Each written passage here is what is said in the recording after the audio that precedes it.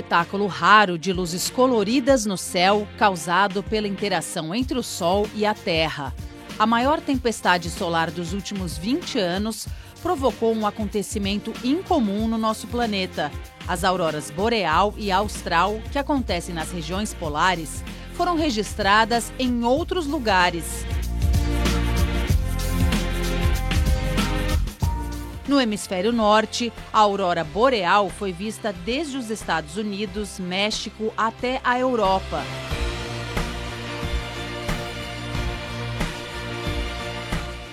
No hemisfério sul, a aurora austral chegou ao Chile e a Ushuaia, na Argentina. A tempestade solar, agora em maio, foi considerada severa, o segundo nível mais alto na escala do NOAA, o Serviço Meteorológico e Atmosférico norte-americano. Ela foi resultado das partículas eletromagnéticas emitidas nas explosões da massa da coroa do Sol, que é a camada mais externa da estrela. Essas partículas, compostas por prótons e elétrons, chegam até o nosso planeta. Interferem no campo magnético terrestre, gerando as auroras boreal no norte e austral no sul, com a formação de efeitos visuais coloridos no céu.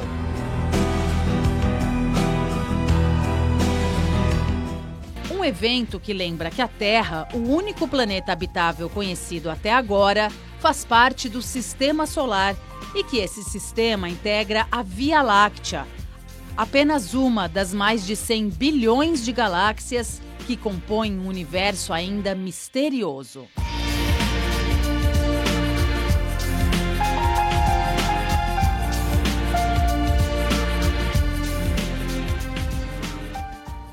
Está no ar o Repórter Eco, com informações sobre os impactos da emergência climática, a mudança de hábitos dos animais silvestres e os 40 anos de expedições da família Schurman.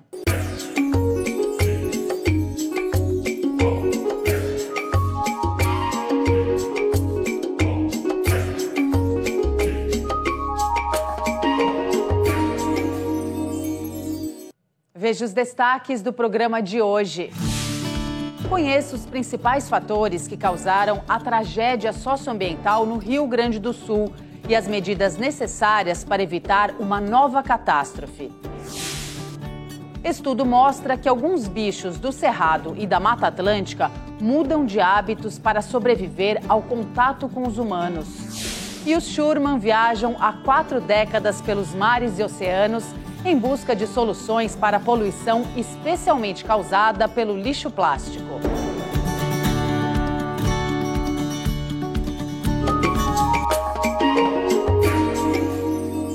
A tragédia socioambiental que se abateu sobre o Rio Grande do Sul alerta o Brasil e o mundo para a ocorrência cada vez mais frequente de extremos climáticos. Cientistas e ambientalistas, como Márcio Astrini, do Observatório do Clima, não têm dúvida. A catástrofe é consequência das ações humanas que mudaram o clima na Terra, como os desmatamentos e o uso de combustíveis fósseis.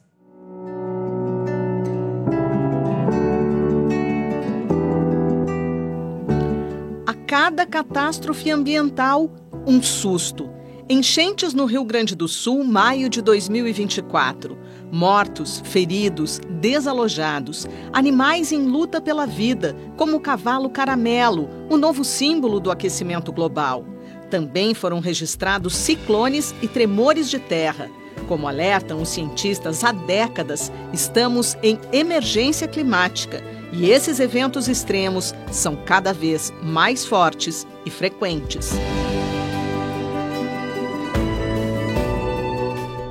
Devastação no litoral norte de São Paulo, fevereiro de 2023. A chuva caiu sobre os desmatados morros de Mata Atlântica, penetrou sem resistência no solo. Vieram os deslizamentos e as mortes de gente, bichos, sonhos. Amazônia, outubro de 2023, uma das piores secas da história. No Amazonas, o Rio Negro chegou ao menor nível em 121 anos. Comunidades ribeirinhas ficaram sem peixes, à beira-rio, passaram sede. Olhe para o mundo, recordes de temperatura em todos os lugares. Os 9 anos mais quentes da história da humanidade foram os últimos 9. Os oceanos eles estão batendo recorde de temperatura todos os dias há mais de 12 meses. Nós temos degelo recorde nos polos, no Ártico e na Antártida. Para a ciência, não restam dúvidas. As ações humanas aceleram e intensificam processos naturais que ocorreram ao longo de toda a história do planeta. O aquecimento da atmosfera vem do excesso de CO2, com o uso, por exemplo, de petróleo e carvão. Mas mesmo diante de todos os alertas, a humanidade, ou pelo menos parte dela, que tem recursos, continua agindo no automático. Destruímos regiões naturais, consumimos demais, geramos toneladas de lixo, poluímos continentes e oceanos. No Rio Grande do Sul, pesquisadores e ambientalistas denunciaram a negligência na manutenção do sistema anti-enchentes da capital, Porto Alegre, à beira do Lago Guaíba. O governo do estado e deputados estaduais alteraram 480 normas do Código Ambiental. Foi sancionada a lei que flexibiliza regras ambientais para a construção de barragens em áreas de preservação permanente, aquelas em que a vegetação tem que ser mantida para minimizar as consequências das enchentes. Isso acontece em diversos lugares com diversos governadores. Agora, o digno seria essas pessoas dizerem o seguinte: erramos, não demos a importância e não vamos repetir isso, e que sirva de exemplo. Essa é a lição mais cara que existe, porque é paga com a vida dos outros. E enquanto a cheia histórica no sul do país assombra o mundo, deputados e senadores votam pela destruição da política socioambiental. Uma delas, só para a gente ter uma ideia, diminui a área de proteção da Amazônia. Em outras palavras, libera desmatamento na Amazônia. É uma área que equivale a 30 vezes o tamanho do desmatamento do ano passado. Tem um outro projeto de lei que deixa sem proteção 30% do bioma Pampa. Essa mesma lei deixa sem proteção 50% do Pantanal, que perdeu 1/3 da sua vegetação há 2 anos. Incêndios sem proporção, nunca vistos antes. O clima já mudou, os nossos políticos não. Ou a gente mudar esses políticos. Não dá mais para esperar, a gente não tem mais tempo. Sem prevenção e investimentos para adaptar as cidades, a tendência é gastar muito dinheiro público na hora que a catástrofe vem, o que é fundamental para socorrer as vítimas, mas não resolve a raiz do problema. Pode piorar e muito se a gente não deixar o uso de combustíveis fósseis e não parar com o desmatamento. A gente tem, por exemplo, ter sistemas de alertas em regiões em que é muito iminente a crise climática ou um evento climático extremo. Nós temos isso em Petrópolis, por exemplo, mas nunca tivemos isso no Rio Grande do Sul. Nenhum orçamento, nenhum decreto, nenhum projeto de lei vai fazer chover menos. Não é disso que a gente está falando. O que nós estamos falando é de que, dado o problema, você precisa pelo menos treinar as pessoas, as populações, ter um plano de evacuação, ter o máximo que a engenharia pode oferecer de solução aplicado nesses lugares. Cada gesto de minimização salva vidas. Alguns países podem inspirar mudanças. O Japão tem um sofisticado sistema anti-enchentes, com túneis subterrâneos para armazenar água. A Holanda criou uma imensa barreira para proteger o país, que tem 1/3 do território abaixo do nível do mar. A China investe na aplicação do conceito de cidades esponja para infiltrar a água no subsolo e retardar o escoamento para os cursos d'água. Coberturas verdes nas construções, hortas urbanas, parques alagáveis, pavimentos permeáveis. Um conjunto de medidas para prevenir enchentes. No Brasil, é preciso manter de pé a maior floresta tropical do mundo. A Amazônia distribui chuvas para o plantio de alimentos no Brasil, distribui chuvas para as hidrelétricas que geram mais de 80% da energia que chega à nossa casa. As chuvas da Amazônia abastecem os reservatórios das grandes cidades, principalmente no sul e no sudeste. A Amazônia estoca uma quantidade de carbono, e carbono é um dos principais gases que causam toda essa crise do clima e sequestra uma quantidade de carbono que equivale a 5 vezes as emissões globais do planeta inteiro. O Brasil tem vento e sol de forma invejável para dizer para o mundo, olha, é assim que se faz, é assim que se gera energia. Ele pode, em uma tacada só, acabar com o desmatamento e promover uma série de soluções também para ser exemplo ao redor do mundo.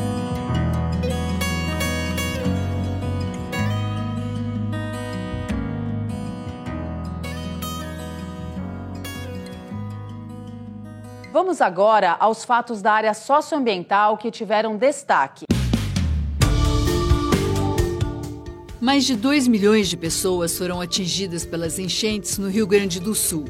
Dos 497 municípios, 458 tiveram inundações.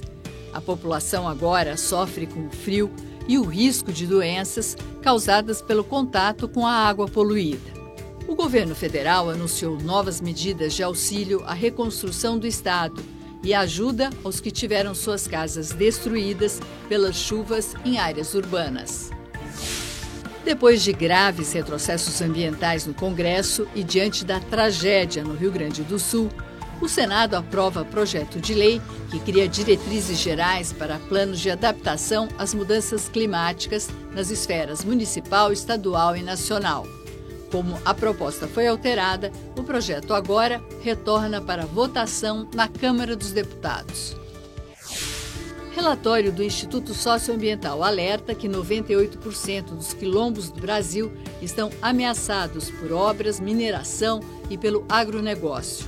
A ONG sugere o cancelamento urgente de cadastros de imóveis rurais e pedidos de mineração em áreas próximas das comunidades tradicionais. Logo mais, você acompanha aqui no Repórter Eco. Pesquisa comprova que animais silvestres do Cerrado e da Mata Atlântica mudam de comportamento para se proteger da proximidade com os seres humanos.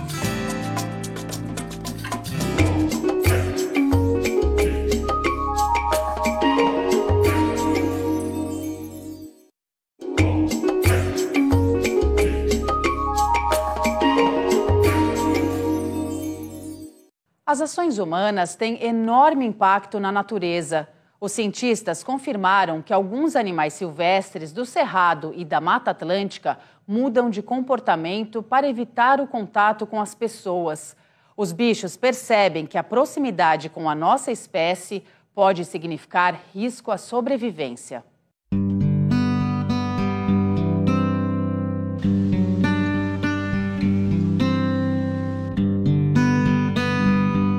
Agricultura, estradas, presença de cães domésticos. As interferências humanas nos ambientes naturais são tão intensas que estão alterando o comportamento dos animais silvestres.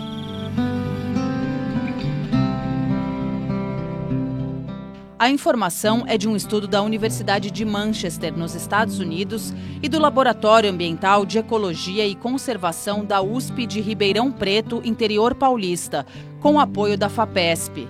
A pesquisa, publicada na revista científica Global Ecology and Conservation, faz parte de um amplo projeto iniciado em 2012 com o tamanduá-bandeira, na região nordeste do estado de São Paulo. A maior parte dos municípios aqui dessa região nordeste de São Paulo tem menos de 10% de vegetação nativa. A intenção principal era saber qual a proporção da paisagem ainda é ocupada por tamanduá-bandeira, que é uma espécie icônica, ameaçada de extinção, não é? E é até surpreendente que ele ainda esteja aqui nessa região.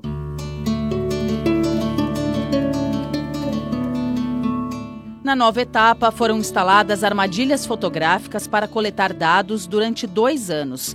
Os registros foram realizados em áreas protegidas de unidades de conservação e reservas legais de propriedades particulares, além de áreas degradadas ao longo de 5 quilômetros do entorno, as zonas rurais propriamente ditas do Cerrado e da Mata Atlântica. A gente usou armadilhas fotográficas, sorteando pontos a cada 200 hectares com uma armadilha fotográfica que ficou operando durante 30 dias em média. E a gente então colecionou um esforço de cerca de 6.000 armadilhas dia em 208 pontos. Os pesquisadores selecionaram 6 espécies de mamíferos de diferentes funções ecológicas para compor as análises. A gente pegou um predador de topo de cadeia trófica, que é a onça parda, um outro predador menor, que é a jaguatirica, a gente pegou o próprio tamanduá-bandeira, que é um mirmecófago, né? A gente pegou a cutia, que é um frugívoro dispersor de sementes, e a gente pegou um veado, bastante comum aqui, o veado catingueiro, e a gente pegou também um cachorro do mato, que é uma espécie bastante generalista. Os resultados mostraram que 5 das 6 espécies analisadas apresentaram mudanças de comportamento, como padrões de caça e reprodução em áreas não protegidas ou próximas de ocupação humana.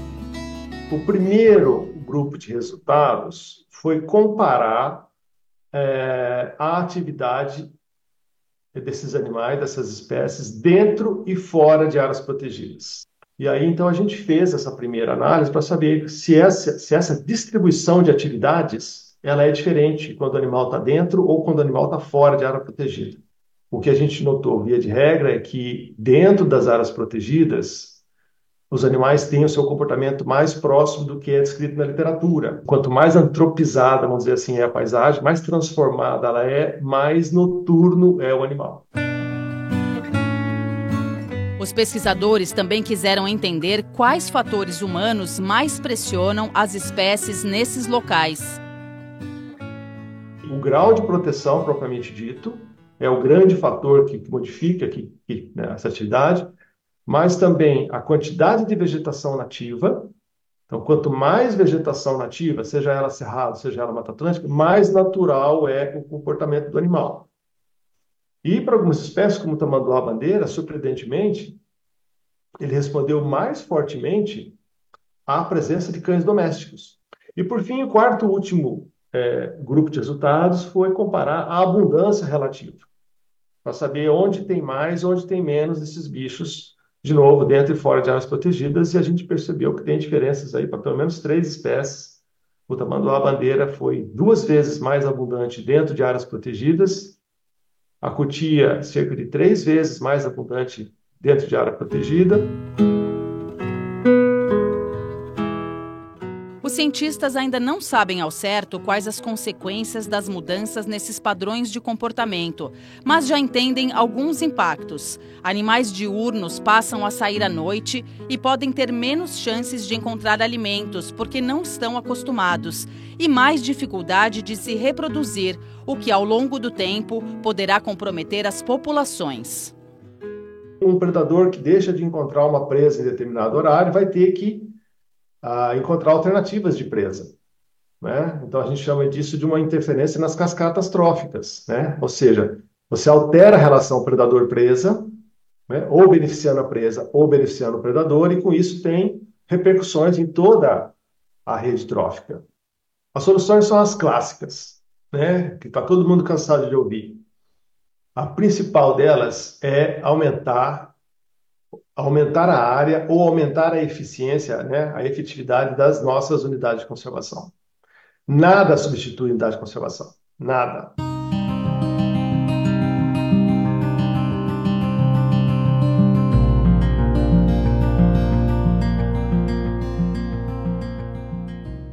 Você vai ver a seguir aqui no Repórter Eco. A família Schurman comemora 4 décadas de aventuras pelos mares e oceanos do planeta.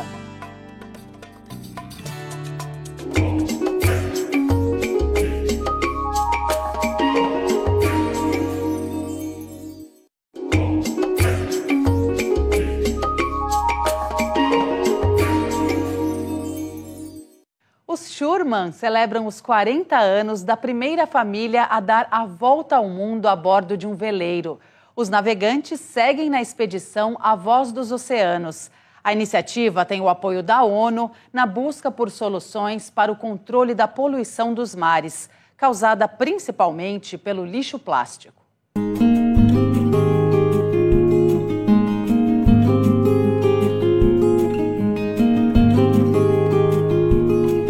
40 anos de experiências pelos oceanos do planeta. 3 voltas ao mundo a bordo de um veleiro e uma 4ª viagem iniciada em 2024. A família Schurman comemora 4 décadas, aliando a paixão pelo mar e a luta pela conservação.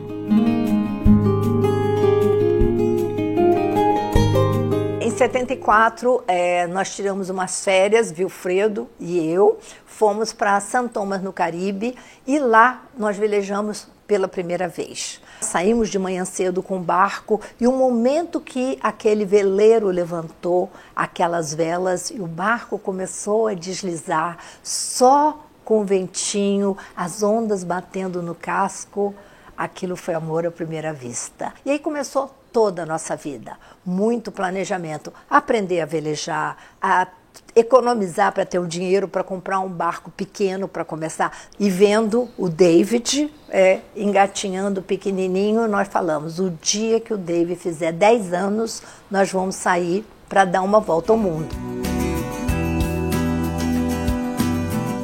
Em 1984, Heloísa e Vilfredo e os 3 filhos deixaram para trás a casa e a rotina em terra.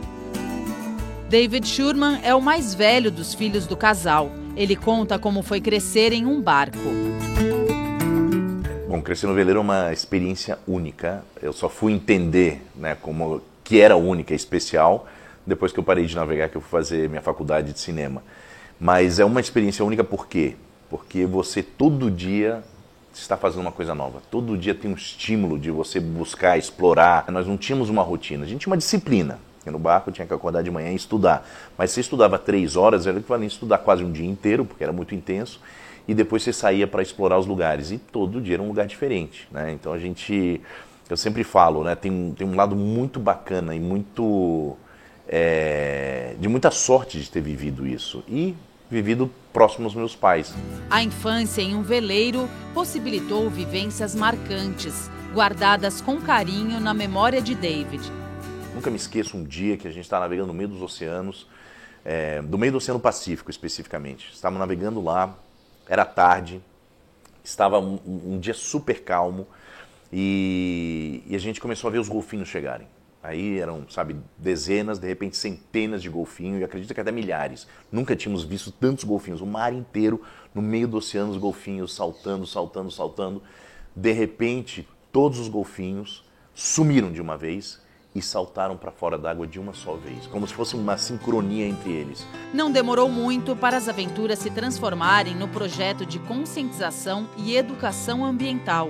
A iniciativa Voz dos Oceanos alerta a sociedade sobre as ameaças causadas pela poluição plástica aos ecossistemas marinhos e às pessoas. E esse projeto, na realidade, essa iniciativa começou à medida que nós fomos navegando. Na segunda volta ao mundo, nós paramos numa ilha totalmente deserta, Henderson Island. E chegamos lá e levamos aquele choque, porque a ilha estava com muitos artefatos de pesca, boia. Nós recolhemos o que nós podíamos levar a bordo e nós velejamos até Tahiti, onde em Tahiti tinha uma empresa que estava fazendo já algum trabalho com reciclagem. E isso já nos deixou um tanto quanto assustado. Isso foi em 1997. A primeira etapa da expedição Voz dos Oceanos, que conta com o apoio do Programa da ONU para o Meio Ambiente, começou em 2021 e durou pouco mais de 2 anos. Os desafios da iniciativa e da expedição Voz dos Oceanos é fazer com que as pessoas se conscientizem cada vez mais da necessidade da gente mudar os nossos hábitos do dia a dia. Quando eu falo mudar os hábitos do dia a dia, é fazer com que as pessoas entendam que o oceano está num estado crítico. Percorremos 100 lugares, paramos em rios, mangues, praias e em todos eles nós encontramos plásticos ou microplásticos. O projeto atua em outras 4 frentes: científica, artística, de inovação e de comunicação. Depois de uma pausa no Brasil, a viagem da família Schurman continua no segundo semestre de 2024. Nós vamos ter um barco no litoral do Brasil que vai percorrer a costa do Brasil fazendo programas científicos também e programas de educação ambiental, programas de conscientização na costa do Brasil, de 2024 e 2025, com outro veleiro, e saímos para a etapa com o nosso veleiro, que está lá na Nova Zelândia, para o norte do Pacífico e indo para a Ásia e depois o Oceano Índico e voltando para o Brasil em 2025. Nós queremos entrar aqui para transformar. Eu quero ver na minha vida, até o fim da minha vida, o oceano voltando a ser o que eu vi quando era jovem. Nós criamos a Voz dos Oceanos, a Voice of the Ocean, para realmente a gente poder retribuir para esses oceanos que têm dado para a gente assim, um mundo maravilhoso de experiências, culturas, né, de conhecer pessoas, mas para dar para esses oceanos uma preservação e também deixar um legado para o futuro.